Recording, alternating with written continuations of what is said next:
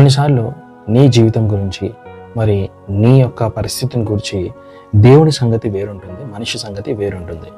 అయితే బైబిల్ ఒక మాట ఉంటుంది, నీవు మనుషుల సంగతులని తలంచుచున్నావు కానీ దేవుని సంగతులను తలంపక ఉన్నావని పేతురుతో చెప్పాను. ఎందుకంటే ఇక్కడ సందర్భం ఏంటంటే, నేను సిలువ గుండా వెళ్తానని యేసుప్రభువు అంటే పేతురు అంటాడు నువ్వు వెళ్ళొద్దు అంటాడు. అప్పుడు యేసుప్రభువు అంటారు, సాతానపు నీవు మనుషుల సంగతులనే తలంచుచున్నావు, దేవుని సంగతులను తలంచట్లేదు అంటాడు. అంటే మనిషి ప్రకారంగా చూసుకుంటే సిలువ అనేది అది ఒక అంతము, అది ఒక మరణము. కానీ దేవుని ప్రకారంగా చూసుకుంటే అది మనుషులకు విడుదల, రక్షణ. కాబట్టి కొన్ని మీ జీవితాల్లో ఉండే కొన్ని మరి మనుషుల ప్రకారం చూసుకుంటే అది మీకు అంతము కలుగజేస్తున్నట్టు ఉండొచ్చు.